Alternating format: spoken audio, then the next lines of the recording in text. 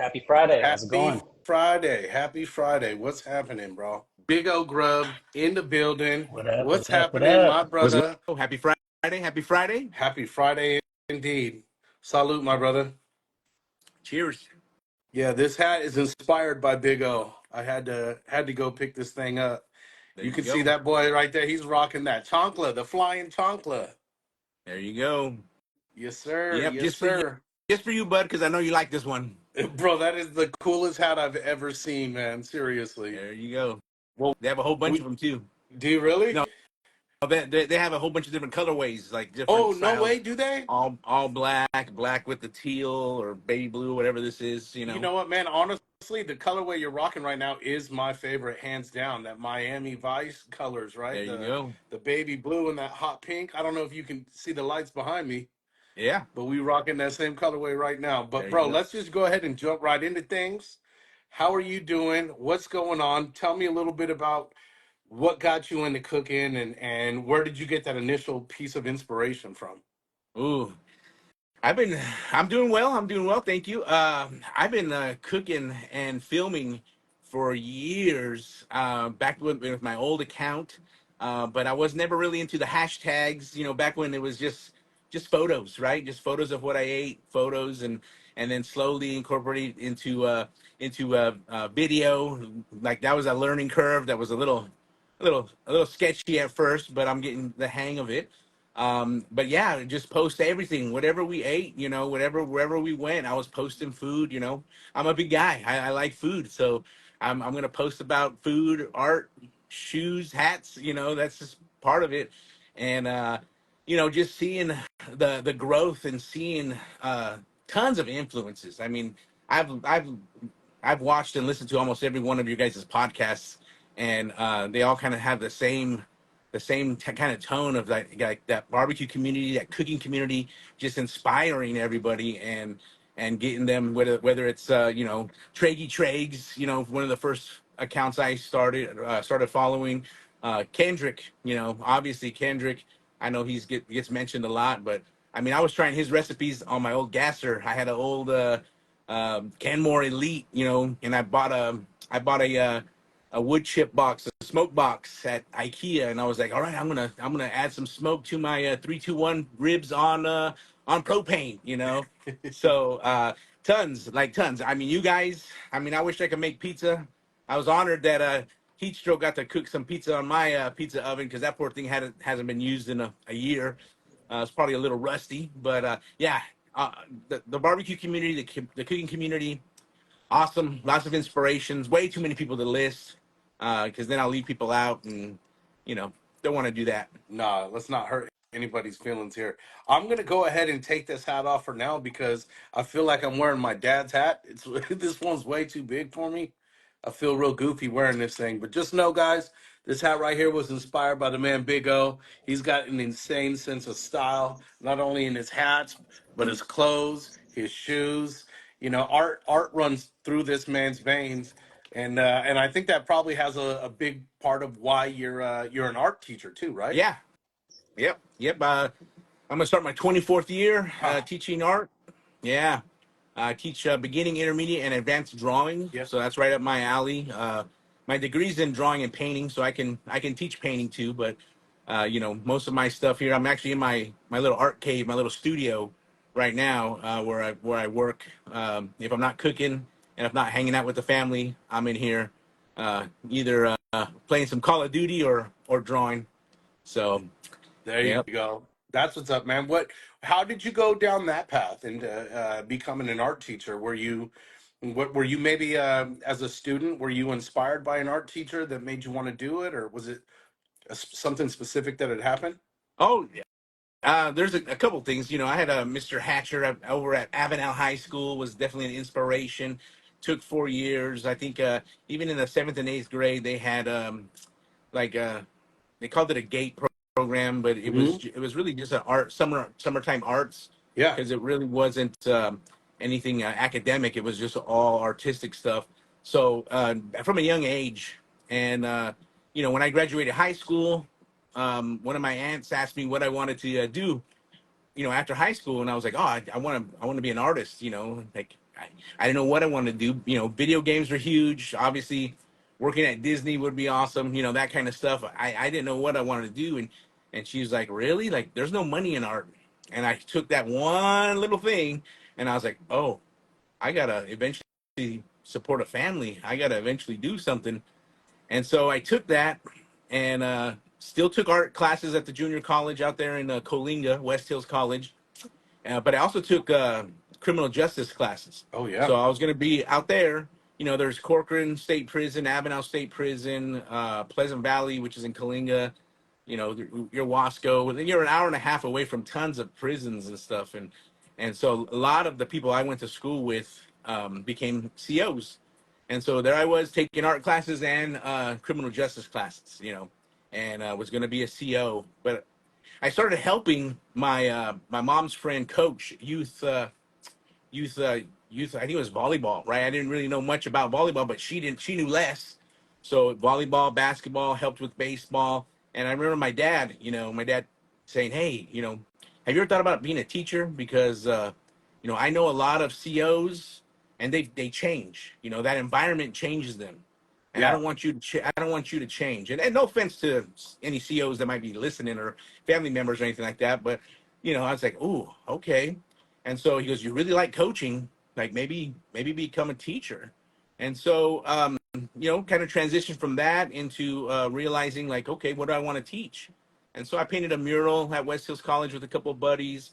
Decided to get into graphic design, and ended up deciding, our oldest Chico was on the way, and it's like, dude, I gotta do something quick. So finished up at Stanislaus, jumped into the intern program to be an art teacher because I had my art degree. And so, long story short, 24 years later, or 23 years later, uh, here I am. still Yeah, rocking and rolling. still rocking and rolling. Yep. Do you have like a favorite moment, something that's like really stood out to you in this whole teaching career? Something where, maybe it was a student that was really inspired, think back to like the dangerous mind situation, Yeah. someone you really got through to and helped turn them around and give them the proper direction, anything like that? Or maybe even just like maybe you had a student that came into your class that became a well-known artist or did some really cool stuff. So I have had a few students who went on to either art schools or work in art related fields. So that's always awesome. In fact, my tattoos here are actually drawn by one of are done by one of my first. I know it's upside down. Sorry, guys. One of my first students, and so he actually did tattoos on our oldest son, and I didn't have any. And when I saw the work, and I was like, all right, it's time. And so hit up Troy Martin Tattoos, and he did these. So having one of my former students' artwork on me means a lot. Oh yeah. I think on a personal level, I think maybe every year there's some student that I'm able to inspire. At least one. One that pops into my mind was an autistic student, and so I teach art, so it's an elective. So when they try to mainstream students that are in a special ed class or in a resource class, they'll come to my class, and this student was very opinionated, and so had to kind of deal with her and stuff like that, and but was not very like touchy, right? And as a teacher, you're not supposed to be touching kids anyways, right? But at the end of the year, trying to get a little pound from kids and stuff like that as they enter the classroom and stuff, you know, would never give me a pound or a high five or anything like that. So slowly worked to the thumbs up as she walked in, but at the end of the year, as we she wanted to take a photo, and she was able to give me a hug, this little side hug, and so Nice. it was like, dude, that was awesome right there because she was, right there in the front row, always trying to keep her on task and make sure she's doing her thing. But to kind of have that little breakthrough where she kind of trusted me and wanted to take one last photo before she graduated, I thought that was awesome. That's awesome, man. Solid answer there. Yeah, What are thanks. how do you come up with your projects and stuff and the things that you teach and the assignments that you give? Are those kind of all up to you? Is it Yeah, a so we curriculum you have to follow? yeah we have academic freedom. So I just develop my curriculum and make sure that it's state approved and stuff like that. And then I can make adjustments on certain things kind of on the fly if I need to. But yeah, a lot of my projects are things that I enjoyed from all of my different art classes. Oh, I like that assignment. Okay, let me incorporate this from Mr. Hatcher. Let me incorporate this from Mr. Mitchell. Let me incorporate this from Mr. Sabini. All these different artists and stuff like that. All these professors and art teachers. So end up, kind of building that thing, that my curriculum based off of that. And then some stuff doesn't work, and some Yeah, stuff needs a change, and so you got to be able to change things up and not get your feelings hurt because a kid doesn't like a certain project, or kids don't like a certain project. Just next year adjust it so it's a little bit more manageable. for sure, for sure. Ultimately, though, art class. I mean, I don't know about the rest of you guys. I took art classes growing up. I loved them, right? It's such a good, refreshing part of the day. You break away from the history and the math and the things that are so stringent and you know s- where you got to keep your head in the book, right? And that's the type of stuff I didn't necessarily do so well with. I mean, I Yeah. personally I did really well in math. I always did because I've been a numbers guy, right? It just Yeah. kind of comes naturally to me.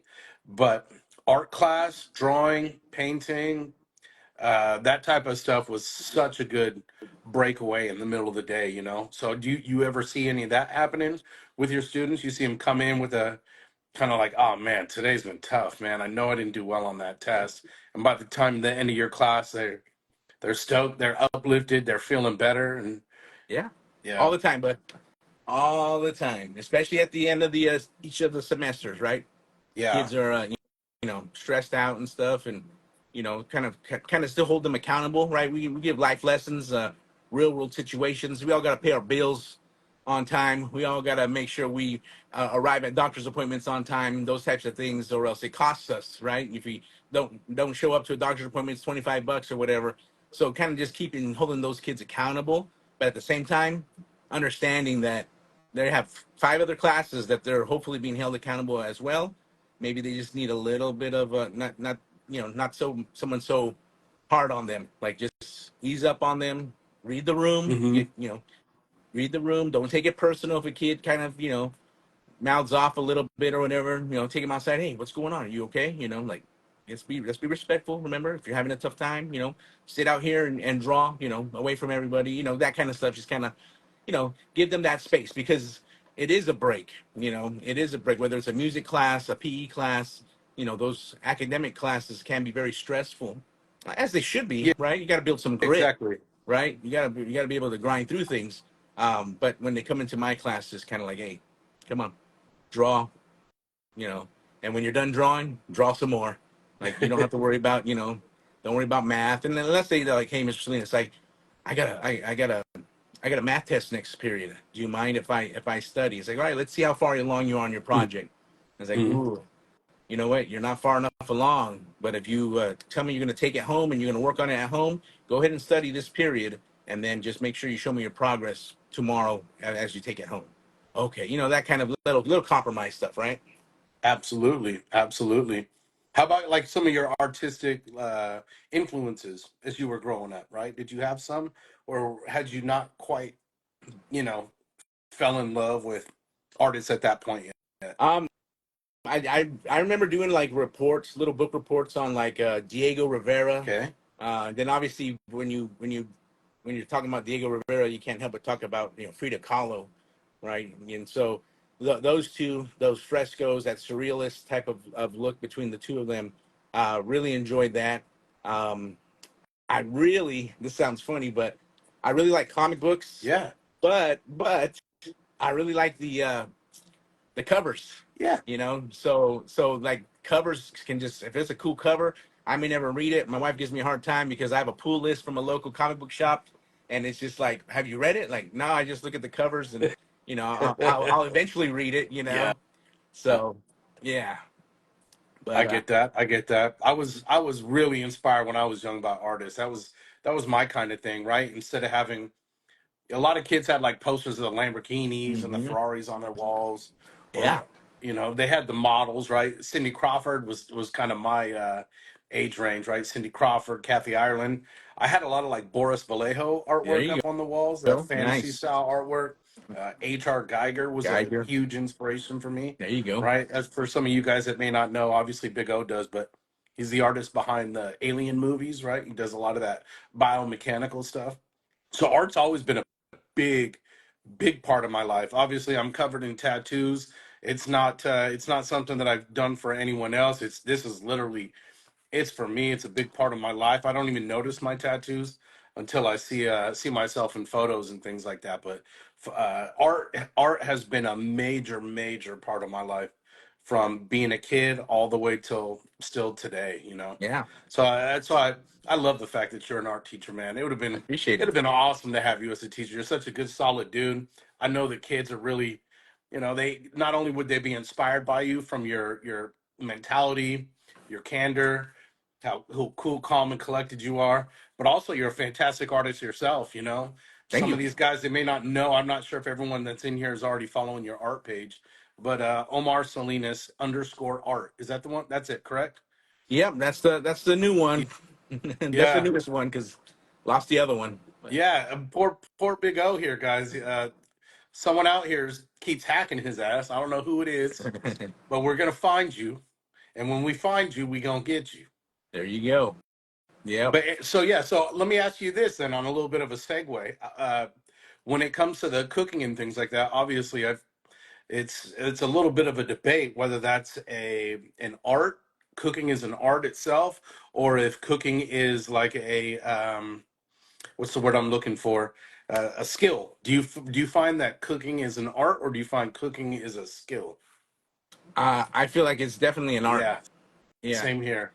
and both whether you're drawing or you're cooking, you have to kind of master your skills to to put the best thing out there.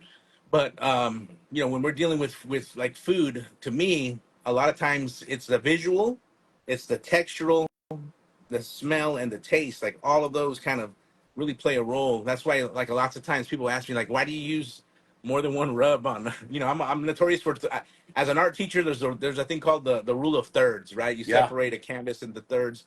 So I'm always like just picking three rubs, right? An odd number.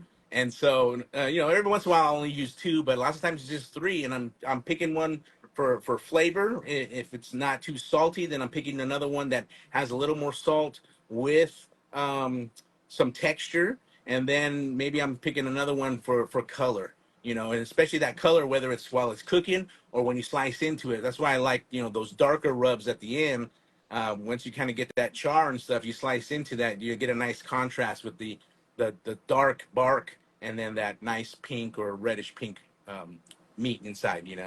absolutely. Well, as someone whose rubs that you do use on a pretty consistent basis, man, Yeah, I love it. I love seeing that you'll use mine with someone else who's you know more long standing in this industry, people that are They've yeah, they've definitely at the absolute top of their game. So when I see Big Unk being paired up with some hardcore carnivore or the Kendrick barbecue rubs or the yeah. White Bull stuff, or I love seeing it myself personally. I'm sure these other guys feel the same way too. But it's pretty cool to see. Appreciate it. Yeah, I like it. Yeah, for sure. And then, so what? Tell me a little bit about this. I know most people already know you make the elote dip. How Mhm. did you come about, kind of coining that as your own thing? Was that something that you put some emphasis on to be like, this is my thing, or did it just kind of fall in your lap? People started tagging you as the elote dip guy. So, I mean, I'm gonna be honest with you. Like as barbecuers, right? As grillers, as cookers, we take recipes, right? We take recipes just like we might bite off an artist as a certain style, whether it's Todd McFarlane or Rob Liefeld or something like that, right? You're gonna take certain elements. And I remember seeing, I believe it was called spicy corn dip from Malcolm Reed, How to Barbecue Right. And I, Nice. I I made it once, and I was like, yeah, this is pretty good, but damn, how can I make this mine? Right? How can I make this mine? And so, modified. I think the only thing that stayed the same was the one brick of cream cheese, and then everything else was like, let me add extra corn. Let's mix up some different cheeses, and oh, we're not going to use pre-shredded cheese. That's not, we got to make sure we're cubing this up, or I'm shredding it myself. And then just kind of coming up with the different spice profiles. One that's maybe a little more mild, where I'm using that whiskey bent Kendrick pecanery along with a little bit of voodoo. Or if I want something that's a little bit more spicy, I'll use. And I'm not just saying this because you're interviewing me, but the Cali Cajun with either pecanery or something that has a little bit more of a color to it, Hmm. right? Sometimes I've even used like whiskey bents, or not whiskey bents, wood fire whiskeys, jalapeno ranch, that kind of stuff. Oh yeah. So taking those different flavors and adding it and making it my own, and then deciding, you know what, I need to crush some flaming hot Cheetos on this bad boy, and let's see what happens. And Oh, so that that's a again, must. yeah, again, the colors, I switched to like a Mexican sour cream, the colors from the Flaming Hot Cheetos, and then when I would put, when I'm looking for presentation, I'm adding those green jalapenos on top around it and stuff. So, kind of helps. It doesn't scare people away though, you know. Oh, you shouldn't be, guys. If you guys are nervous to dip into that, I'm telling you, all you're gonna do is miss out. It tastes fantastic. It's such a great dip. I've done my best to try to replicate it and put my own twist on it. You know what I Definitely. mean? But Yeah. nothing compares to the official Big O dip. And I love it. I love it when people tag me in it, right? And they're like they'll change something up and all this stuff, and it's like or like I know people have there's all kinds of elote dips out there, right? I'm not the originator, but somebody will post one up and they'll mention me in a comment, and I'll go look and see what the post was, and it's some type of street corn dip, and they're like, oh, but you haven't tried Big O's, and I'm like, dude, that's awesome right there, that's awesome. I bet that So feels good, it man. does. To be kind of known for a specific dish. I mean, honestly, it'll happen at one day for me too. Both of you guys, right? Nick is very, very clearly well known for his pizzas, right? Yeah. And not to say that that's all he does, because this man, he's got a vast offering of what he can do, man. His food is fantastic all across the board. But when someone sees a elote dip, they instantly think of you. When someone sees some incredible homemade pizza, they think of Nick. That's one of my goals. One of these days, I'm going to get there where people are going to see something specific and be like, that's an unk There dish right there, you go. Yeah. Yeah.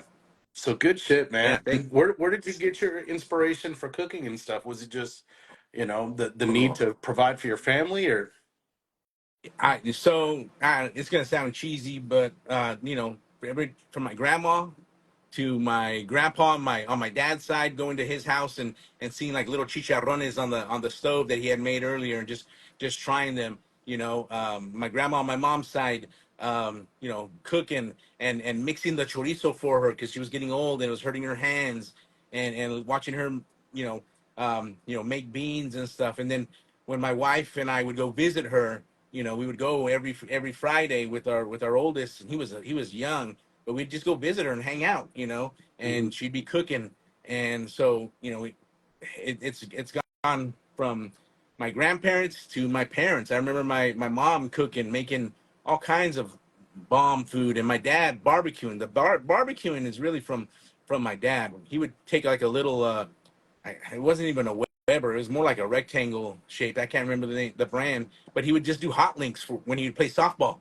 He'd do softball tournaments. Kids are going to the snack shack and stuff like that. My parents, I'm not sure if they were trying to save a buck or whatever, but my dad would have carne or he'd have meat like carne asada, and he would have hot links. And then there they are. His teammates and their families. They're all grubbing and stuff like that. That community again.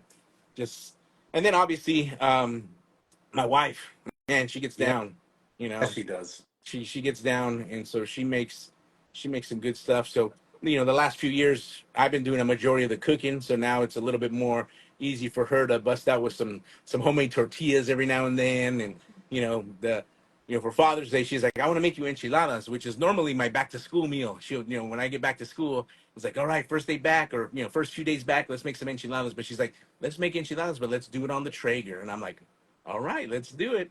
So Nice. yeah, and That's and what's and up. her side, I think Chico. I'm afraid to touch my phone, guys. Full disclosure, I don't want to like exit the thing and stuff like that. So I see little comments here and there, But I think my boy Chico just said that his mom's sides and my main courses, and that's one thing I would love to step my game up on is sides.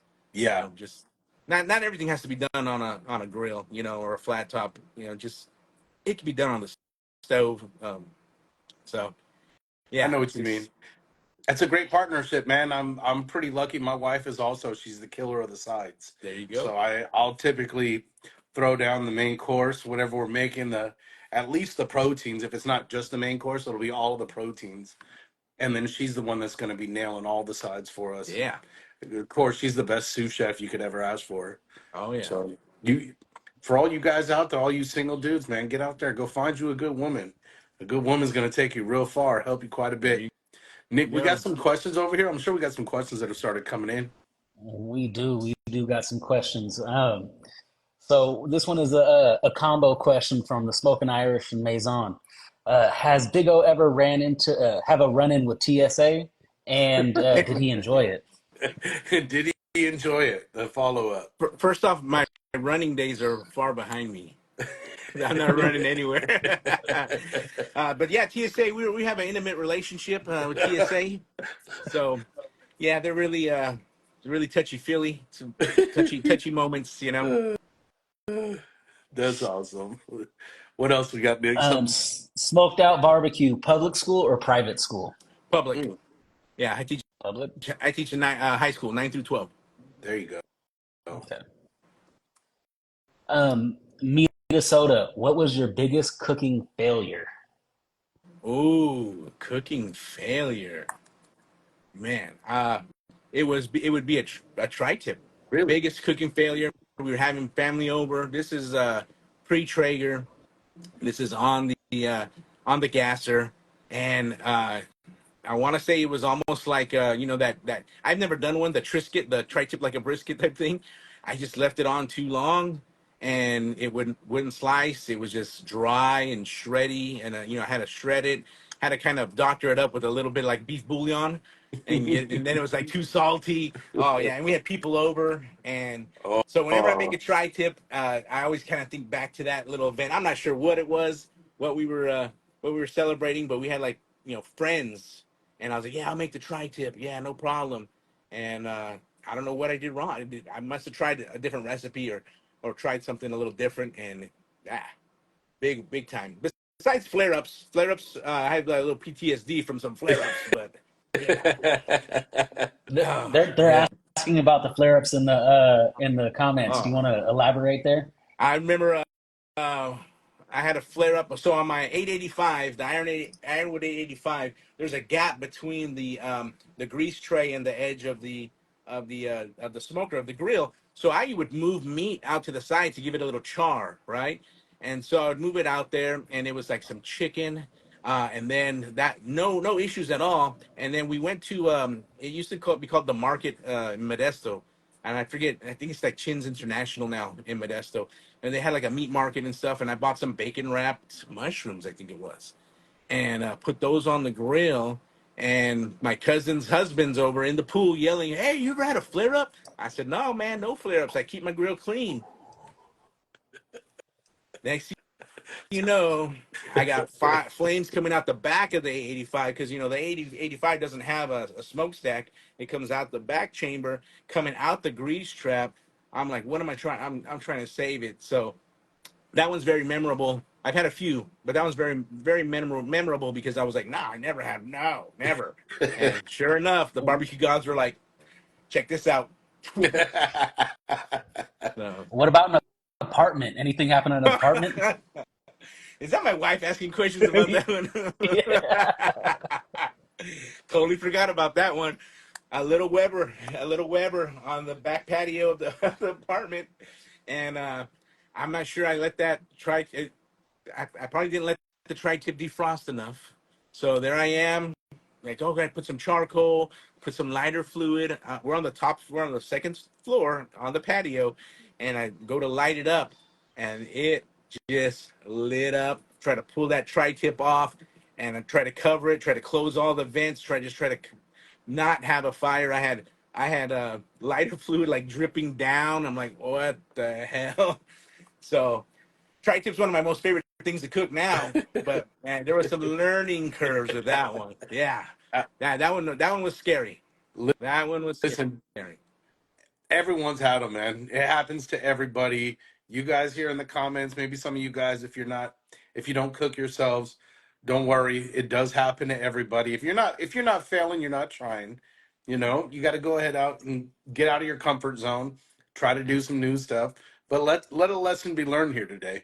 Don't go bragging about how you've never had flare ups before, because it's Exactly. guaranteed to happen very shortly thereafter, right? Exactly. It's like those that I don't ride motorcycles, but one of my buddies was like, "Yeah, there's two types of motorcycles, motorcycle riders: those who have crashed and those who are going to." Yeah, So it's like, yeah, those who have had flare-ups and those who are going to. That's probably what's going to happen. And in my case, multiple flare-ups. But I've learned my lesson. Actually, Little Strong Arm had a flare-up at the first Big O bash. yes. Uh, and that we had been cooking all day on that one. That one I should have let it cool off, clean it up real quick, and we had those chicken wings flare up. But I think Chef Inc. came to the rescue with a sprayer. So Always. Oh, yeah, yeah, man. It's gonna happen. It's gonna happen more times than you want it to. It's just all about, staying on top of it. These yeah, things are obviously, especially these Traegers, right? They're kind of made for the with the whole idea of like set it and forget it, right? You can yeah, go run out and go run your errands and just yep, let the grill, do its thing. Nah, yeah, man. You got to make sure if you're gonna do that, you got to take the precautions up front. You got to clean yeah. that thing out. We've all been there before. I want to say Chad at Whiskey Bent. What does he call them? He calls them a thermal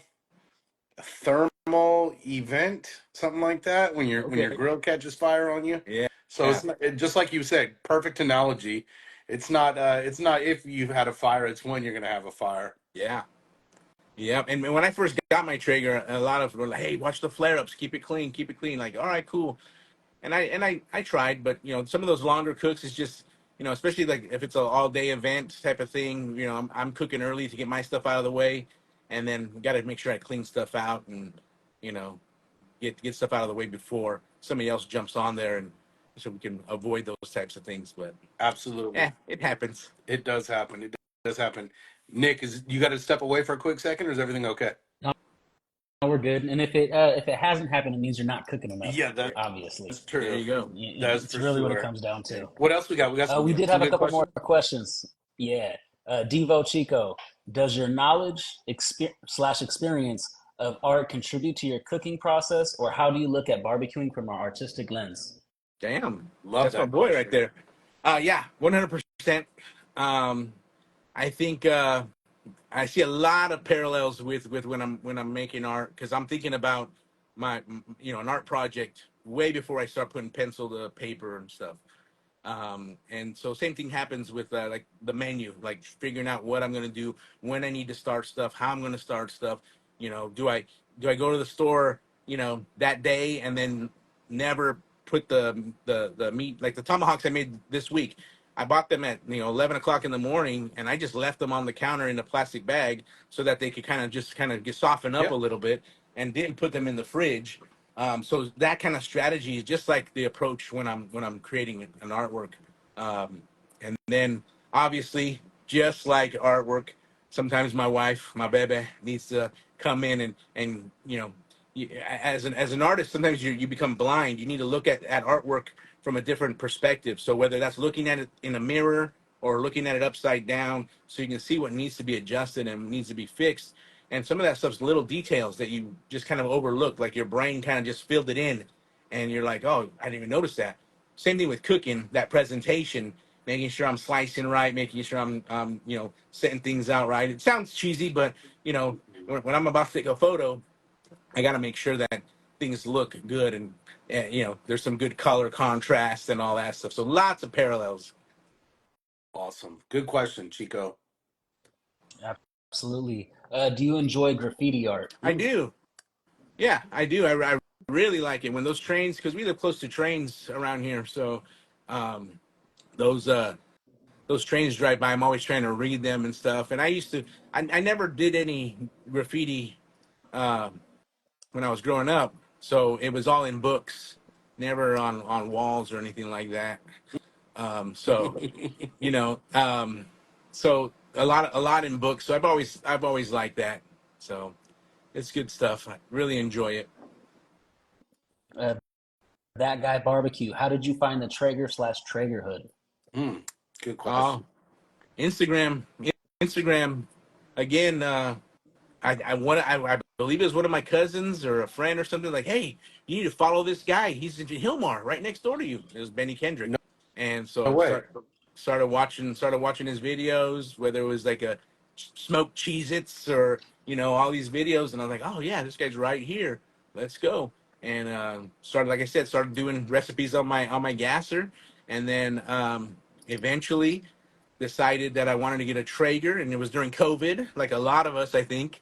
And my mom got real sick. My mom got real sick, and for like 9 months, she was like in a coma for like 3 months, and for like 6 months, she was in an acute care facility, multiple facilities and multiple hospital visits, just fighting this illness. And so, kind of needed a getaway, I guess, and decided during Black Friday, like, oh, you know what? Maybe I need to finally get a Traeger.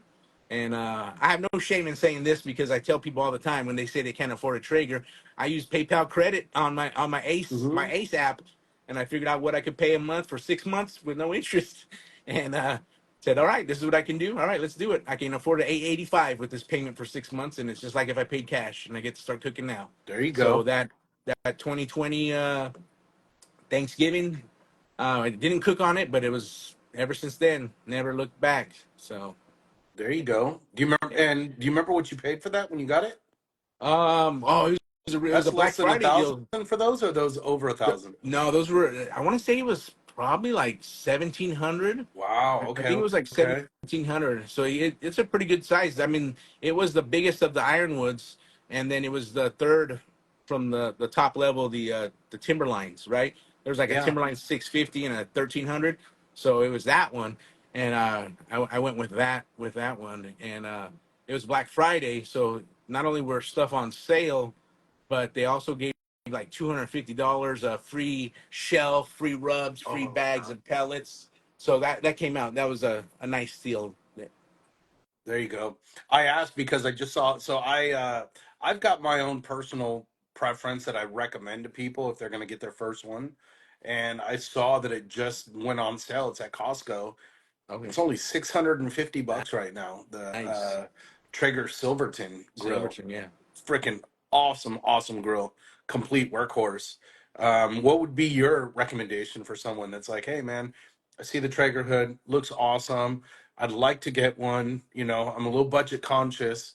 What would you recommend for me to get started? I would say the biggest one you can afford. That's a good answer too, actually. The biggest one you can afford. So you might have one that's, you know, $400 or whatever, but it might be a small baby one, right? And then you might have one that's maybe $800, and it's like, I could pull that off. I could definitely pull off $800, and it's bigger. I would go with the bigger one, the biggest one you can afford. Yeah, it's a good answer actually, right there. And then let me ask you this, since you've been cooking on Traeger for quite some time now. Do you have a preference on the pellets you use? Do you feel like it doesn't really make a difference for you Now, ultimately? the only one that I feel like makes a difference is the mesquite. Yeah. Uh, all the other ones, I'll mix them. I don't dump them. I'll have hickory, and then it'll say like low pellets, and I'm putting pecan. Yep. You know, so I can definitely smell a difference when I open the bags, Yeah. and sometimes I can definitely smell a difference when I'm cooking. And I know they say, well, like wood, that wood fire is a flavor. It's an ingredient, right? The type of wood you use. I don't know. I'm not an expert on how that works, but I feel like it all has the same type of wood, smoky kind of flavor Yeah. to me. It might smell a little different, and it could just be because I use a crap load of seasoning, so everything kind of, you know, I don't let the I don't let the meats have their own flavor. Sometimes I'm helping it out a little. There you go. Oh, there you go. I would agree myself personally. I don't think it makes much of a difference which pellets you go with, you know. I personally just prefer pellets that have the least amount of dust in them, you know what I Oh mean? yeah, If they don't have much dust in them, I'm happy with them, but when it comes to the different flavor profiles, so to speak, on the pellets themselves, and I think I've got a really really good palate. And also I don't really pick up too much of a difference between them either. Yeah. What else you got here, Same Nick? here. So we got our reoccurring questions that we ask every guest. What are your top three movies? Top three movies. Going to be The Empire Strikes Back, Mm. Bound by Ooh. Honor, little Blood In Blood Out, and then I'm probably gonna go with man. I have more than three, but I gotta say one that I could probably almost stop and watch every time is gonna be Tombstone. There you go. Yeah, but I could give off a list of a whole bunch of other ones that I'm entertained by and I really like. But Those are all movies you could watch again and again, right? oh yeah, There you go. yeah. I mean, I, I think I've watched Top Gun Maverick like three times, mhm. but I've actually started it and about 75 times because I'm like, you know what? I'm gonna put this before I go to bed. Let me see how long I can stay up, and next thing you know, it's over. I'm like, oh, Right. oh That wow. is a fantastic movie, actually. Oh, you know what else? Chef. I like that movie, Chef. I like cooking movies. Chef, is Chef that's with not the John with Leguizamo? yes, and Fuck, that that movie one, was intense. Yeah? yes, yes, I like that one. And then I just saw one with man, I can't remember the name. He's the voice of Rocket Raccoon from the Guardians of the Galaxy. But it's called Burnt. He's like an American chef that goes to France or something like that. It's on Netflix.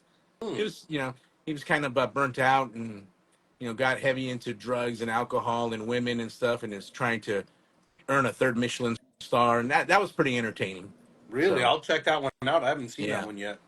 The Menu. Well, speaking of cooking movies, The Menu. Have you guys seen The Menu? So that's the one. The Menu is the one I thought you were just talking about with the John Leguizamo. Oh, John oh, Leguizamo was you know what, also in the Menu, John? right? You're right. Yeah, You're right. yeah, that's what I So thought you were talking yeah, about because it's got. I mean, yeah, that one's pretty intense, right? yes, yes. That one's crazy. But Chef is with John Favreau. Favreau. Oh, okay. Yeah, yeah, yeah, yeah. Yeah, he takes his boy. He loses his job. He loses a reviewer. Shits all over his restaurant and his menu, and he loses it and ends up going on a cross country taco truck trip with his son and his buddy John Leguizamo. Yeah. So, Well, someone may correct me if I'm wrong here, but I believe he took that, ran with it, created a new business venture, and he actually has a line of food trucks now. he And has. these are food trucks that are like not out on the road, but like a Mm-hmm. casino will put the food truck inside of Yep. its location. You guys Yep. have heard of that? Yeah, that's in Yeah. Vegas. Yeah, there Mm-hmm. you go. I want Yep. to say they were putting one up in Tahoe last time I was out there. Really? Yeah, it was it's the one opposite, Harrah's and Harvey's. I mix the two of them up oftentimes because we usually go bounce back and forth. Yeah. It's the one that's opposite from where the Hell's Kitchen is. So Hell's Kitchen is in one of them. I want to say it's in Harvey's. So that would mean that the food truck, John Favreau's food truck, is at the opposite side of the street there. Okay. Yeah, man. Yeah. Next time we go to Speaking of Tahoe. Netflix, man, I just stumbled across an incredible show. I have to recommend this to you. If you haven't seen it yet, have you seen Your Honor on No. Netflix with Bryan Cranston, the No. dad from Malcolm in the Middle and from Breaking Bad? Uh-uh. As soon as we're done with this, if you guys got some time, go ahead and watch that. Hit the first episode. Let me know what you think. I binge watched it. I don't watch too much TV. I can't get too much time on the Netflix. But when I find something I fall in love with, I mean, I'll binge it till 3 o'clock in the morning and just have to suffer at work the next day. There you But go. this one I watched the entire series in probably 3 days. It was that good. Your Honor. Okay. Your Honor. Yeah, I think it was recently added. It came over from Showtime. Just a brief synopsis. It's a story of a judge who uh, his son kind of gets himself in a little bit of some trouble. And yeah, exactly, Mendoza. I fall asleep or I fall in love. That's exactly right. Um, yeah, his son kind of gets in some trouble, and it's the story is them basically navigating through that trouble. The son and the judge. Fantastic, fantastic series. Okay. What else, Nick? Let's hit him with those other questions. I want to hear his answers here. What is your go-to Taco Bell order? Woo! Yes. There we go. We're gonna go with I believe it's the number one, the three taco with supreme, right? And then we're gonna add a cheesy gordita crunch, and we're gonna add a cup of chips and cheese, the little nachos, There you go. Nachos, and and, are undefeated. and extra fire sauce. There you go. I'm all about that fire sauce too. Yep. That's my preference. Crystal has to have All them. The right. wife, the chips and cheese nachos. That's Yeah. the only way to go. She gets so mad too if she orders the nachos, and they give her like a nacho supreme or a nachos Bel Grande. Like she gets upset. Really, she's Like about to no, I need the complain. OG chips and cheese. That's That's it. it. Yep. Yep. It's nostalgic for sure. Oh yeah. You're going on a road trip and stopping at the gas station for snacks. What do you get? We're getting some some zero sugar Pepsi or some Mountain Dew, probably. Trying to lay off the caffeine, but if it's a road trip, I need a little bit of a kick. We're definitely getting some chips, some Ruffles sour cream and cheddar sour cream or whatever. Those are Angie's favorite. Some hot fries and probably some Takis. Ooh, there you go. Which Takis aren't Takis for me though. That's for the little guy. is Oh, it? and Angie's over here scratchers. Yes, we got to get some scratchers. In case you need some good luck on the way, huh? Yeah, just in That's Uh, what's case. up. Adventures Adventures of a Fat Guy. Dry rub or sauce, drums or Woo! flats. I gotta go sauce. I gotta go sauce. Don't get me wrong. I like some dry rub. When I make wings, I'm definitely eating a few without before I sauce them. But I like sauce, and then I gotta go flats. But Mhm. I don't discriminate, man. If whatever's on my plate, I'm grubbing. I feel that. So, what is Angie's favorite meal that you make her, and vice versa? What is your favorite thing that Angie makes? Oh man, I think my favorite thing that she makes is her homemade tortillas. That's usually a collabo, but sometimes she'll make a nice little comfort food. Is like she'll make some fideo with homemade tortillas, or just some beans with homemade tortillas. Real simple. I mentioned earlier enchiladas. That's just kind of like the big that's a big, not all day, but that's a long cook. And so I really enjoy those. Of all those, I think I would say um, probably the homemade tortillas with beans. There Yeah, you go. When yeah, she makes the enchiladas, are they corn tortillas or they're, flour? They they're corn. are corn. Okay, there you go. Hmm. She make homemade Yeah. corn tortillas too? No, she I was gonna can. say. Yeah, she Yeah, can. But for enchiladas, no, she's using it from the package. there you go. And then That's, what what I make for her? That was the other question, right? What her favorite is?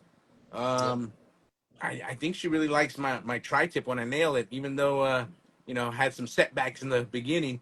That tri-tip with you know any of those beef, the tomahawk I made this week with the potatoes.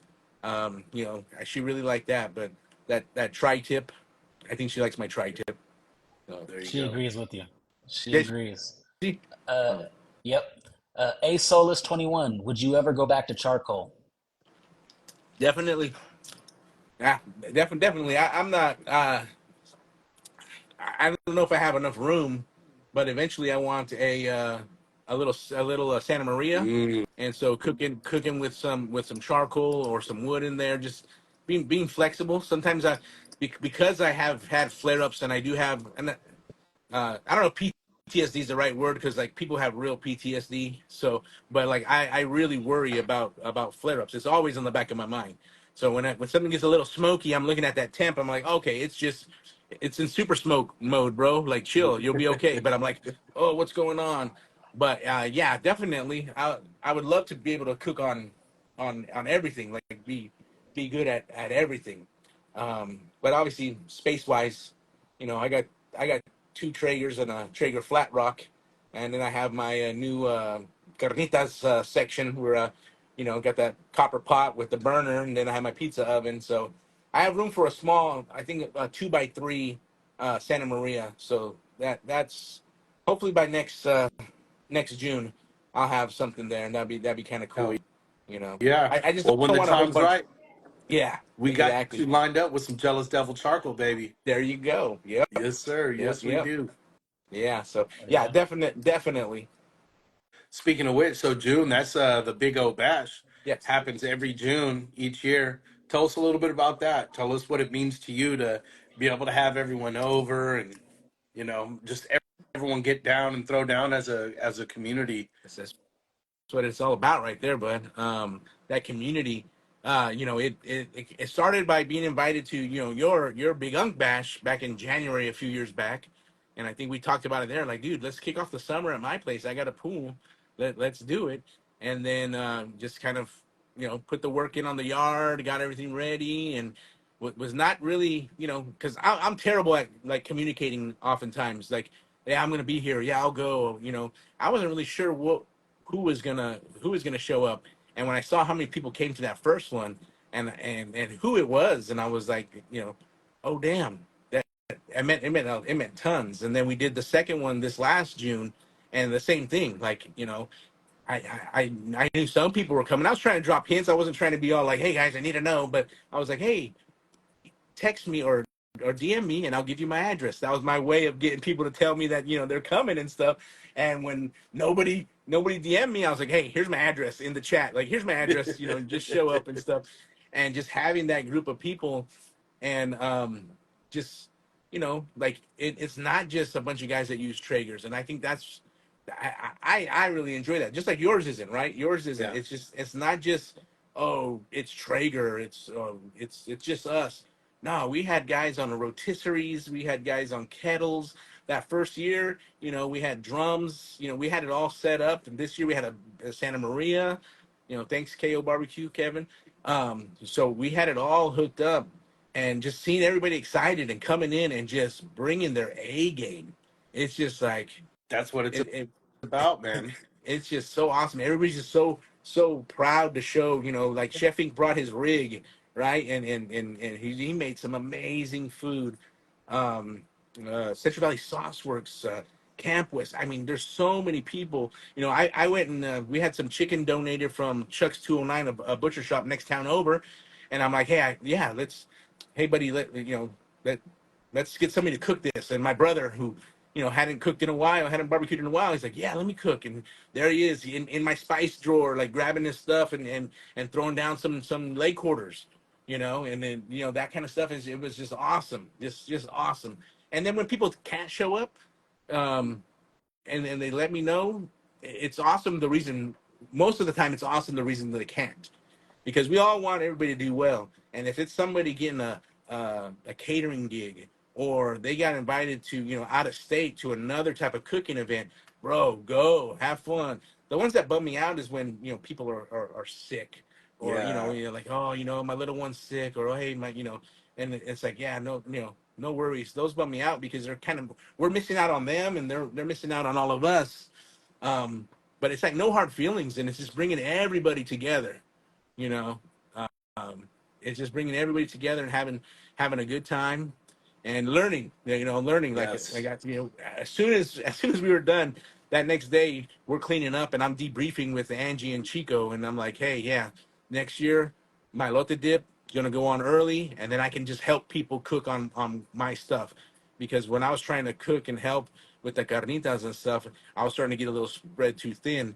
And it's like, oh man, let me help people. Let them be successful and do what they're trying to cook, because I know my outdoor kitchen. They don't know it, so they're gonna obviously come to me for things that they need.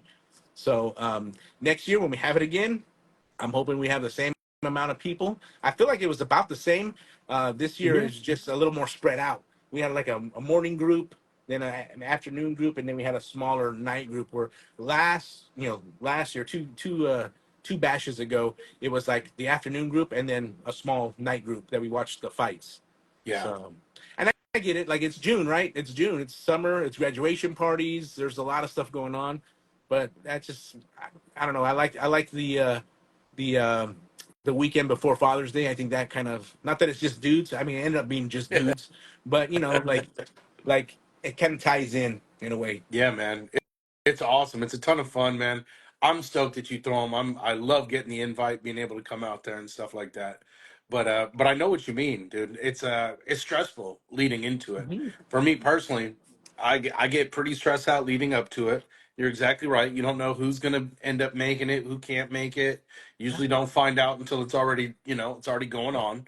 yeah. Um, but in that moment, like when it finally starts happening, when the first guests start showing up, that's when I breathe my sigh of relief, and it's like, all right, now it's just go time, Yep. you know. But before that, yeah, it's definitely stressful because it's like you want to make sure it goes good. You want to make sure it goes without a hitch. You want to make sure people enjoy themselves and feel Yes. comfortable there in your home, you know. Yeah. But it does. It takes a lot to open up your home to have, you know, in a lot of cases, some strangers come over too. You know what I mean? So Yeah. Right. We only know them via social media, and that doesn't mean that they're bad people or you're leery of them, but you're meeting people for the first time. You only know them through social media, and that's kind of the beauty of it at the same time, right? It's yeah, stressful, but at the same time, it's like, dude, this is awesome. Like, I get to, and you get people that we all kind of meet up regularly, often. right? Yeah. Often, multiple times a year. But there's some people who came from far away that don't, Southern California, that don't get to do that with us up here, you know. And so it's awesome. It's an awesome feeling to be able to bring everybody together, and it's nothing but good vibes, man. Like I said, it doesn't matter what you're cooking on. Like Yes. everybody's just vibing, and that's what's awesome. For sure, my man. I can't wait for next year, man. We're gonna have a good time. 100%. Oh yeah. We got some more questions that have popped up in here, Nick. We do. That guy barbecue. Thoughts on the alkalite so far? Alkalite. The acolyte. So far, so good. I don't know. This is probably going to turn some people off, but um, I was a fan of the Last Jedi of the sequel movies. Everybody hated that one because Luke Skywalker, died, right? And I loved it. There was a great fight scenes. It wasn't it, it wasn't terrible to me. And I think it's because I didn't have, even though the story was about Luke Skywalker, and I know we're talking about, you asked about the acolyte, but um, I never really related to Luke Skywalker. I don't have blonde hair and blue eyes, and I thought he was just whiny. I was more drawn to Han Solo. I Mm. was more drawn to characters with masks, just always, and so Luke Skywalker to me was just Luke Skywalker, and so a lot of my buddies were really upset with how he was treated in that film, that movie. Now when we go to the acolyte, those same people, those same buddies, and I love them. They kind of have thoughts, or they watch too much like YouTube. People with a bunch of opinions and stuff like that on stuff that hasn't even been released yet. Feeling that just because the director or the creator is a certain way, has a certain lifestyle, that stuff's going to be shoved down our throats. And Mm. I personally haven't felt that. So I've enjoyed it, and I've went in open minded, and I have not watched any opinions prior to the episodes. Now I watch stuff afterwards, like Easter eggs and people like talking about it. Right, the nerd herd. I just I just saw Angie. Um, you know, um, Seeing the post episode type of talk and stuff. That, oh, okay, I get that. And I mean, I don't know if you guys can see behind me here. I'm afraid to move my camera, but I got Star Wars stuff everywhere, Hmm. right? Tons of Star Wars stuff. um and so to me, I have no problem with it. um What is the acolyte for people that may not know? Like so this guy. it's only 4 episodes in, and it takes place like 100 years before, like, the Star Wars we know, right? Oh, So yeah, it takes place 100 years before, like, the Phantom Menace, I believe. It could be a New Hope. I don't know. But so that's yeah, it like a takes. Disney Plus series or Yes, something? Oh, yes, okay, okay. I got yeah, you. yeah. And there's slow episodes, but I mean, I'm a huge Boba Fett fan, right? And to me, that was the worst series of all of them, and that was like crushing to me because I'm a Boba Fett fan, and it was like, this is so bad to me in my head. And that's the problem, right? We have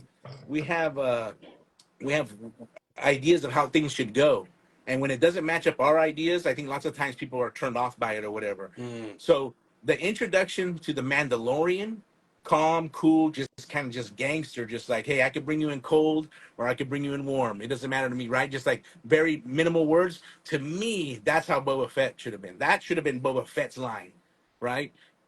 And it wasn't. And the Mandalorian's badass character, really good series. When Boba Fett hit, I was really looking forward to, especially his introduction in the Mandalorian that one season, right? Yeah, that was Um, cool. Boba Fett's introduction or reintroduction, you're like, dude, this is so sick. And then the show was kind of like, nah, like But just like the Acolyte, I didn't watch anything before. I didn't want to get spoiled. I didn't want to have my opinion tainted. I wanted to go in with an open mind. So like I said, it's probably not I haven't seen any of the comments, but Ahsoka was great. Somebody mentioned that's heat stroke. Yeah, a lot of people were a little turned off, I guess, by the some interviews. One of the actors didn't know who blew up the Death Star. That's something that gets played all the time. I don't. It's make believe, guys. We don't need to take it that serious. For You know. sure. So obviously, The Mandalorian is the title of the series, but it's also the character. Yes. Is the acolytes? Is that a character or a group of characters? I don't know. I think it's one of the characters. There's a twin. There's a set of twins involved in it. One's good and one's bad. So I Oh, think maybe the okay, bad one's the acolyte. Yeah, but it's only I think the fourth episode maybe, and so okay. not a lot has been shed. They just introduced the bad guy, or one of the bad guys, I guess. He has a red lightsaber, so everybody's assuming he's a Sith Lord, and then they all go back to some line that a character said in the Phantom Menace that the Sith have been extinct for a millennia or whatever, and everybody gets all worked up about that because the creator of the Acolyte is changing canon and this, yeah, just people taking things a little too serious. Yeah, you're not lying, but I think ultimately what it comes down to is it's Star Wars is one of those series that's like transcended beyond a story. It's an actual culture. You know what I mean? Yeah. It's a part of our culture. We just lost Nick over here. Uh-oh. I'm sure he's gonna come back in here. But yeah, do you understand what I'm saying? Like, Yeah. so people start taking that stuff like uber serious. Yeah. Kind Um, of like sports. yeah, absolutely, 100%. They start devoting more than just their time to the sport or to the show, but Yeah. it becomes like a. Here comes Nick right here. Let me get him back in here real quick.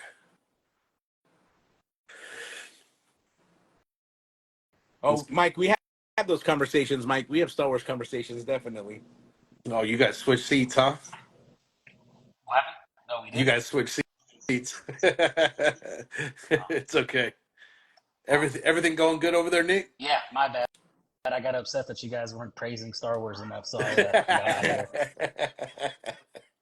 That's what's up. So outside of Star Wars, are there any other series that you are like real near and dear to your heart like that?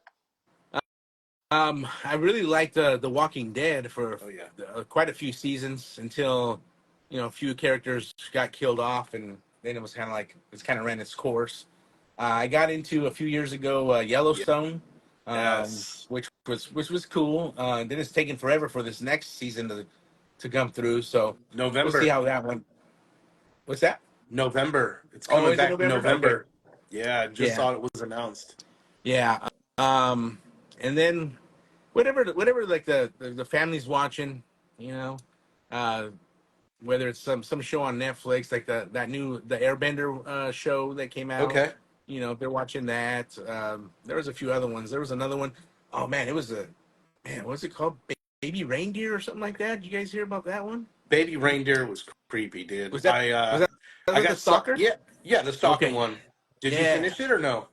I didn't finish it, no, but what I saw was like, ooh, this is weird. I guess it's based off a true story. Based off a true story, but it sounds like you probably fell off right in time because it got really fucking Yeah. weird.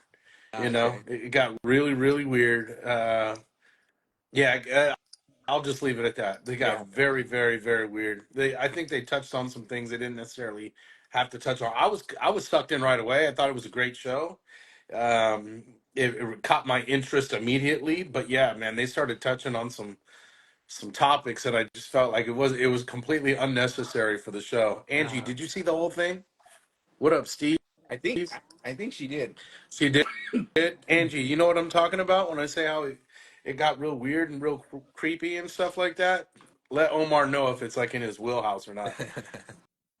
I think I saw somebody. Oh, she says, "Yep." Karate Kid. We finished watching Karate Kid. That one's a cheesy one, but I enjoyed it. I'm entertained. Maybe I'm just like not.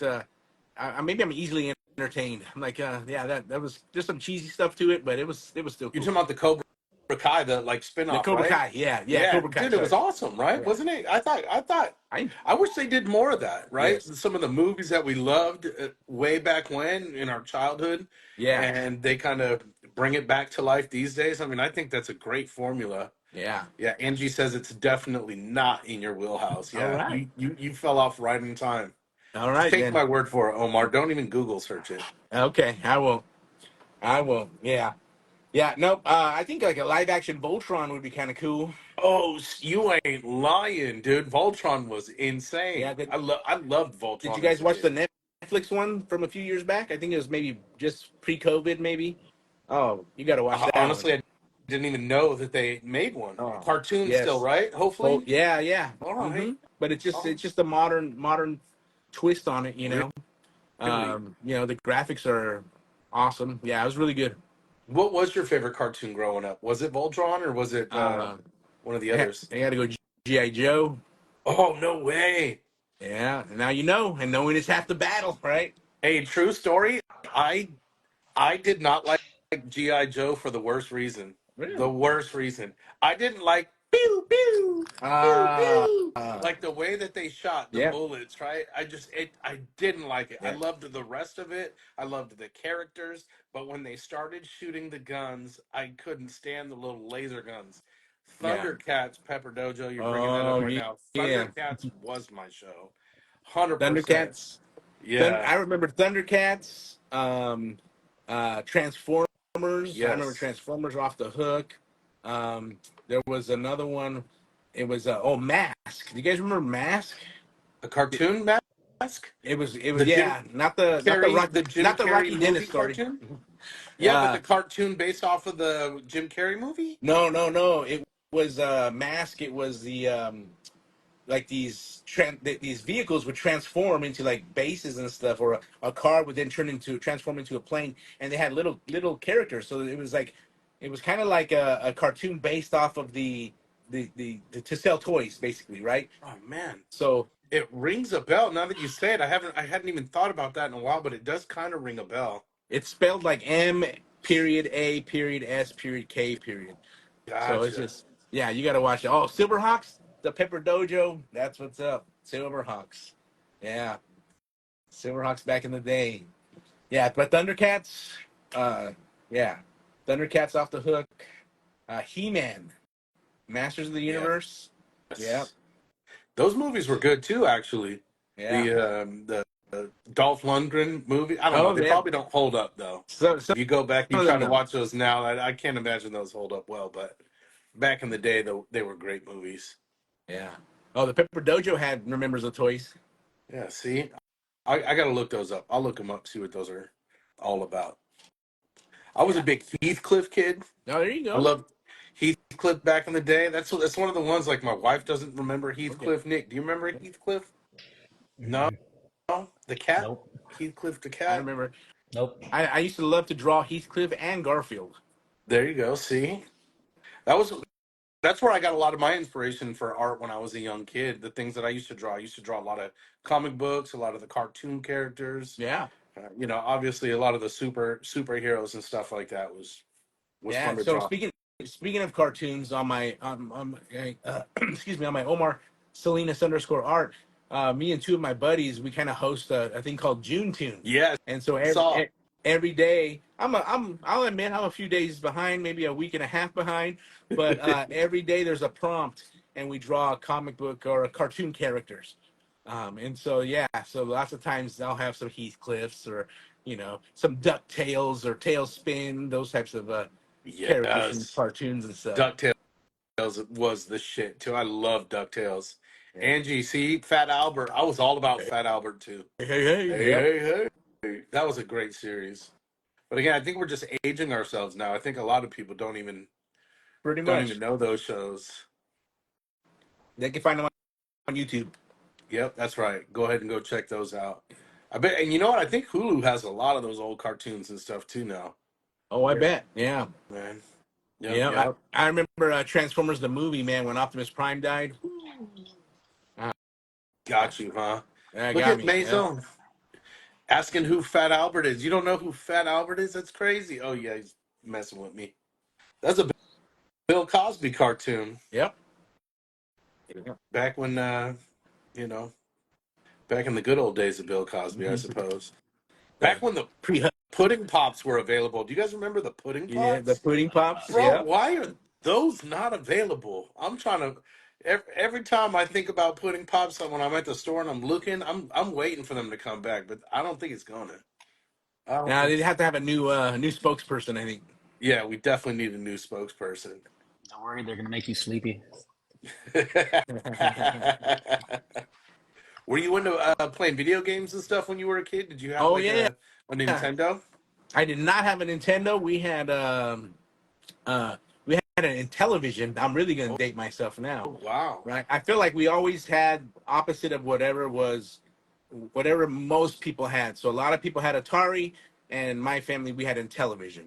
And then when everybody got the Nintendo, the NES, we got the Sega Master System, right? And then when everybody got the Super Nintendo, Sega Genesis. So it went all the way through. So I had a Sega all the way to I think until the PlayStation came out. So yeah, lots of video games. Sonic the Hedgehog was my jam back in the Oh yeah, day.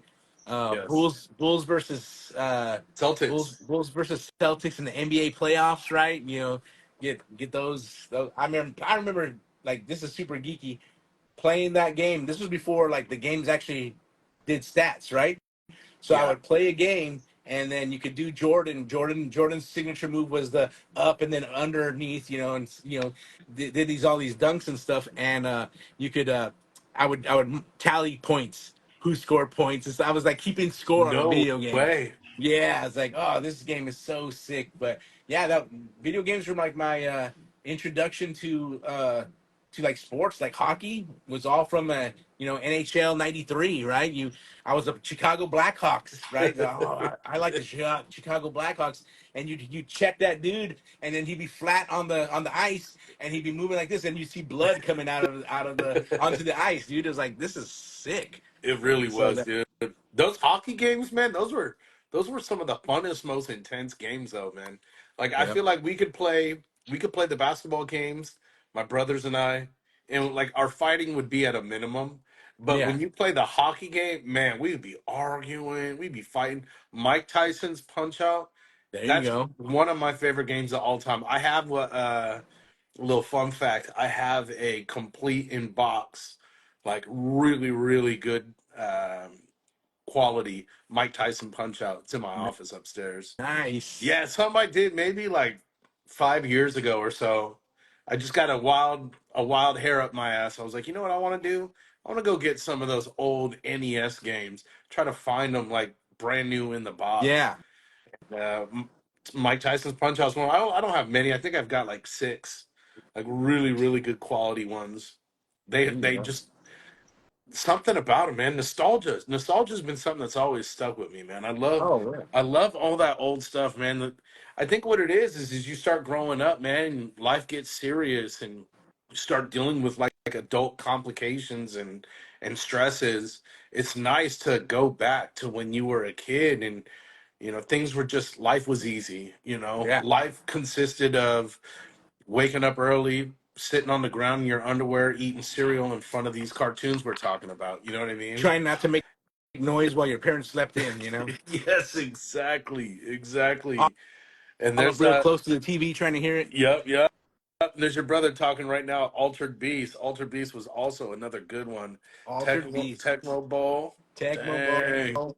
Oh, man. I remember one of the first Maddens, the 72 Dolphins. You could not tackle Larry Zonka. Obviously, they didn't have the names, right? But Yeah. but you could not tackle him. And if you were in the snow, you would just bounce right off him. And just every time that guy touched the ball. Larry Zonka, 72 Dolphins. 72 Miami, I think, because I don't even think they could use the The team names actual back names, then. right? Yeah. Yeah. For sure. I remember those days. Those were good days, man. We growing up, we had Nintendo It wasn't until I was older we got some of the Sega consoles and stuff. Yeah. But man, you talk about rivalry. Like those were some of the first rivalries I've ever experienced as a kid. Right? It wasn't even the sports rivalries. It was the Nintendo versus Oh, Sega. I oh remember yeah. my best childhood friend when I was a little kid. He was diehard Sega, and I was diehard Nintendo because that's all I knew. That's what we had. And it was just friendly banter back and forth about, Sega ain't shit. It's all Oh, about Mario. No, Mario ain't shit. It's all about Sonic. yeah. And then the to me what kind of tipped it towards Sega was the fact that Mortal Kombat, you Yes, got the blood. You got blood. blood. Yes, you did. The I remember Nintendo, it that. was sweat. Yes. There was no decapitations or anything like that, right? But for the on the Genesis, it was like finish him, and there's blood everywhere. Like that was it. I still remember it, dude. I got it for my birthday. My uncle took me out, was like, "What do you want for your birthday?" I was like, "What can I get?" He's like, anything you want." I said, let's get Mortal Kombat for the Genesis. Yeah. Literally for that reason. It was $75 back then. Wow. People talk about how expensive video games are now. I still remember to this day, it was $75 for the Mortal Kombat on the Genesis way back when. Wow. I remember, speaking of, since we're going down memory lane, I remember, do you guys remember Road Rage? Yeah, Right? bro. Road Rage was awesome. I remember I wanted that game. My brother, he's just like 5 years younger than me, right? We put our money together. It was like back then, like 49.99. For some reason, I had $50, and I Huh? remember not really knowing how to buy stuff and how taxes work. It wasn't. We had $50 combined, and had to get my dad. We're at the mall, and there's no cell phones or anything like that. My dad has to come into the into the video game store, and he was irritated. But we needed that. We needed that extra $3 or $4 to actually buy the game. And you would have thought I was asking him for 300 or 400 bucks. He was not happy. He was like, "Hey, you got to know these things when you go in. That's how taxes work." And so I remember that just kind of popped in my head right now. I was like, "Oh, I remember. I was short. I was short. I went in there thinking I was going to buy Road Rash for 49.99, and I was going to get a penny back. Yep. Nope, nope. Nope, not Uh, not anymore either, but Road dude. But Rash I was cool. that's how we learned it back then though. Nowadays these kids it's way different. They Oh got yeah, Venmo cards, they got debit cards, they got Apple Pay. They don't Apple they Pay. don't understand what it was like as a kid back in the day for us. And did you see, I don't know if you saw it, I think it was that guy. He put in the code right there. You still remember that code, Mike? Was it the ABACABB. That's the code you put in Contra? to get the blood. Oh, No, that's the code to get on the Mortal blood. Kombat to get the blood. I had Oh, forgotten about that all the way up until fucking right now. You But as also soon as want I to know saw what the your favorite Mortal Kombat character was. Oh yeah, that's a good oh, question. get over here, Scorpion. The first From the first Mortal Kombat you're asking, Mike, or just like the whole series? I'll answer both, I guess. The first one is it's Sub Zero. Sub Zero was definitely my favorite on the first one, right? Just being able to rip his head out with the spine hanging below, like that was Yeah. awesome. But then probably in the whole series was Smoke. Mm. Smoke was just cool. Yeah. Smoke was cool. Great Sub Zero with some smoke behind him. Yeah, it's crazy. It's crazy how I was watching a thing. I think it was on Vice.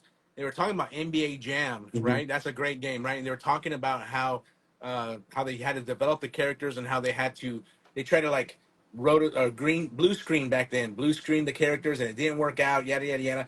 And it was that digitized graphics, and they're trying to go up against Mortal Kombat, and it was crazy how you have Reptile, you had Scorpion, you had Sub Zero, you had Smoke, but those were all just the same characters. They just changed the colors of the pixels, and Exactly. that's how and obviously different finishing moves. But it was like those little shortcuts, like they're like that's genius right there. Yep, they had you. If you think about it too, right? They only had those games back in the day. They were so small in comparison. Like now, you buy a new game, you got to go install it onto Exactly. your system. Yeah. You're gonna put 100 gigabytes of data on there. Those games back in the day, someone in here probably knows, but I want to say you're talking about megabytes, right? Like Yeah. 50 megabytes for the entire game back then. Yeah. So you're super limited. You're right, man. They were real efficient with all that Yeah, space. because it was like the master system was like 18-bit, right? And then it was like, oh, 16-bit Sega Genesis, 16-bit Super Nintendo, and then it was like, oh, 32-bit like Sega Saturn or whatever it was, after that. And then there was one more Sega one. Saturn, Sega Dreamcast. They had a Dreamcast, Dreamcast after that. Dreamcast. Yeah, see, I was able to get a Dreamcast as I got older, but Sega Saturn, man, those were for the rich Yeah. kids. That's how you knew. That's how you knew a family had some money, bro. If they had a Sega Saturn, they were And doing. I They were doing it. and I remember my first time playing on an Xbox. I've never owned an Xbox, but that first controller was a big ass controller, and I was like, nah, man, I don't like this at all. This is not it. So it was that one experience with a big ass controller. It's like, yeah, I'm not really an Xbox guy. Let me go to PlayStation. So PlayStation, yeah. just So kept it you still have them, PlayStation. right?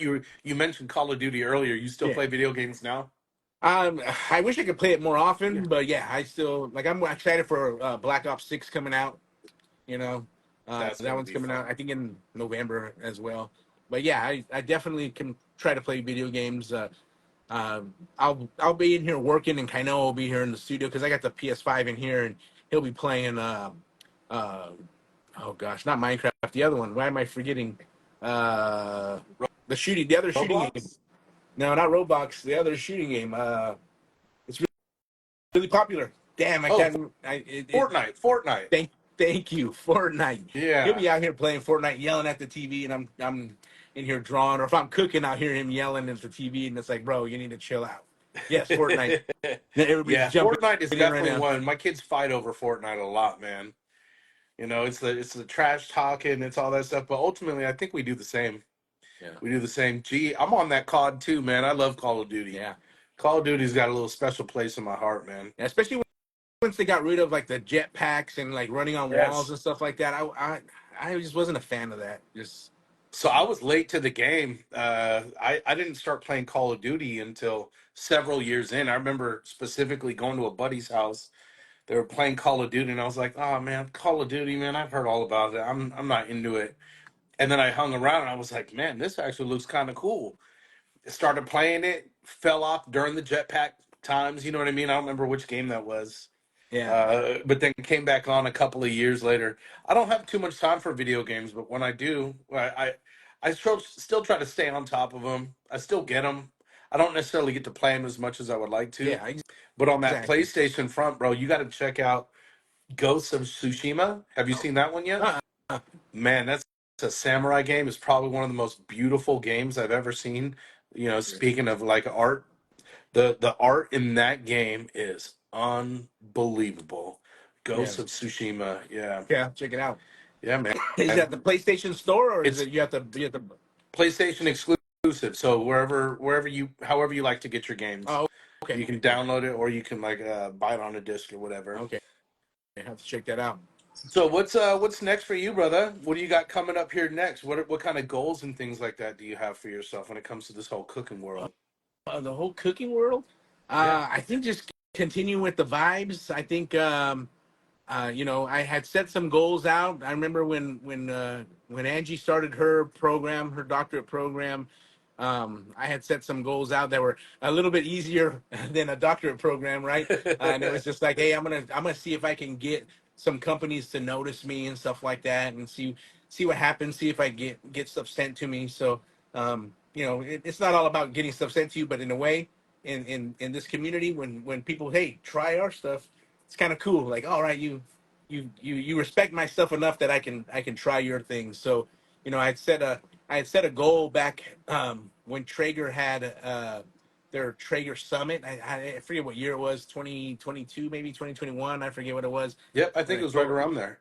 I said, hey, hey, babe, I really want to be invited to something like this. This looks amazing. And I seriously was like FOMO. I was like, man, I was like this is so awesome.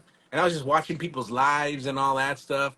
So I had set a goal to like kind of be in that community, right? And just kind of making my content, trying to make sure that it was, eye catching. And then I got hacked back in 2022, so I lost everything. And I took like, I don't know, 2 or 3 weeks away. I was like, yeah, I'm done. Like this is I'm bummed out. I petitioned and I appealed multiple times every day for like 2 weeks just to, but everybody was still like in COVID mode. So they're like, yeah, nobody's gonna see. They even said it like nobody sees this. In 90 days, your account's gonna be erased. And I'm like, dude, I don't know what happened. I just posted. We got back from Disneyland. I posted a reel about our trip, and this is like at 7:30 in the morning. Put my phone down, got ready for my first class, went back at the end of class to look, and I had all these notifications and emails talking about somebody accessing my account from LA.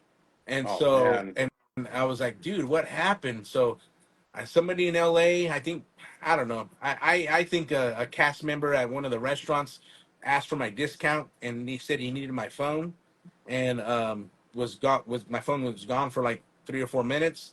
Came back and the screen was still open. I was like, dude, that's kind of weird, man. Like why is my phone? Why is the screen? Why Open. is it not asleep? Yeah, I got my discount or whatever. And then next thing the next week when I post something, all of a sudden I get a notification from somebody in LA. You know, and they also said because I used like a Yahoo. I guess that's one of the easiest emails to hack into. Oh man. So it's just a bad combination. So, anyways, I had to start all over my cooking stuff, and my art stuff. And so I told Angie, I said, yeah, I wanna. My goal is to do that, to be invited to something, to have somebody send me a grill. And then last year when Traeger reached out and said they wanted to send me a grill, I was like in shock. I was like, what? This is it right here. And so they sent me an ironwood, and I love it. And just continued cooking with them. So I think working with other companies like right now, I work with White Bulls Hmm. and Oakland Dust. White Bulls, they're going to be doing a restock here pretty soon. I think Chris said they're going to be doing some restocks because they're running low on product. Yeah. And then Oakland Dust just jumped on with Oakland Dust, but just working with companies like not even just to necessarily be a team, but just to use them. I mean, you guys have all well. I was inspired by your spice drawer, right? So I have a spice drawer too, and so I just use everybody. So being recognized by I see all my buddies getting hooked up with like ice chest companies and stuff like that. I think that's super cool.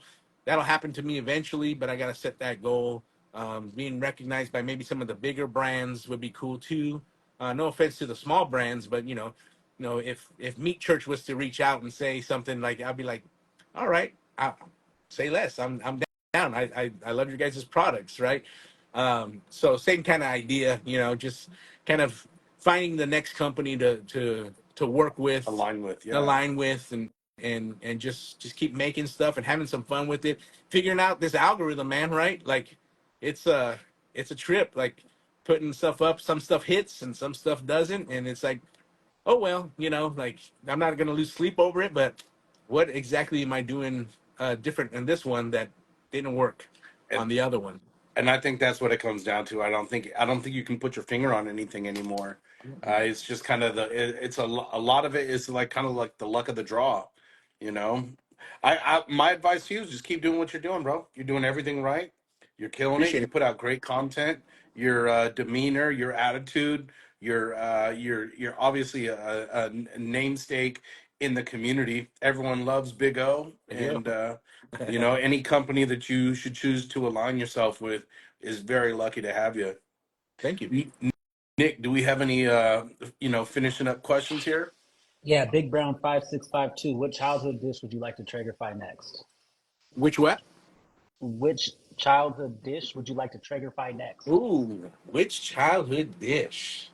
Oh, I'm thinking that's my brother, by the way. That's my little brother. I'm thinking. My mom used to do these Pillsbury biscuits, right? Push them all down flat and put pizza sauce, cheese, and pepperonis on them. I think Hmm. something like that would be kind of cool because I've done like my yaya's bean Bean bread. spicy jalapeno bean bread. I've done the pizza, French bread, and stuff like that. But taking those biscuits, smashing them down. I don't know if he remembers that, but that'd be kind of cool. My mom used to do that. Hell yeah. Any other last questions that are in there, Nick? That's it. That's the last one. All right, brother. Well, I appreciate you, Big O, for coming I on and appreciate shooting You the shit guys, with us, brother. definitely. Always good time hanging out with you, my man. We'll definitely be linking back up again here pretty soon. We got some fun stuff coming up pretty soon. We got the Jelly Roll concert. Yes, we do. We got some fun times to look forward to, my There brother. you go. Love you, girl. We'll see you, Yeah. brother. All right. Next week, everybody, we're on vacation. Big Unk is going on vacation, so we're not going to have an episode next week, but we'll be back the week, 2 weeks, 2 weeks. We're off for the next 2 weeks, so we'll be back after that with another episode. Come in, tune in, but before you do that, before you guys bounce out, head over to Big O Grub's page, throw him a follow, show him some love, hit those notifications so you can see when he throws down on his next cooks. Appreciate you, brother, for coming by as always, man. It's always a good I time. appreciate it, guys. Thanks for your time. Love y'all.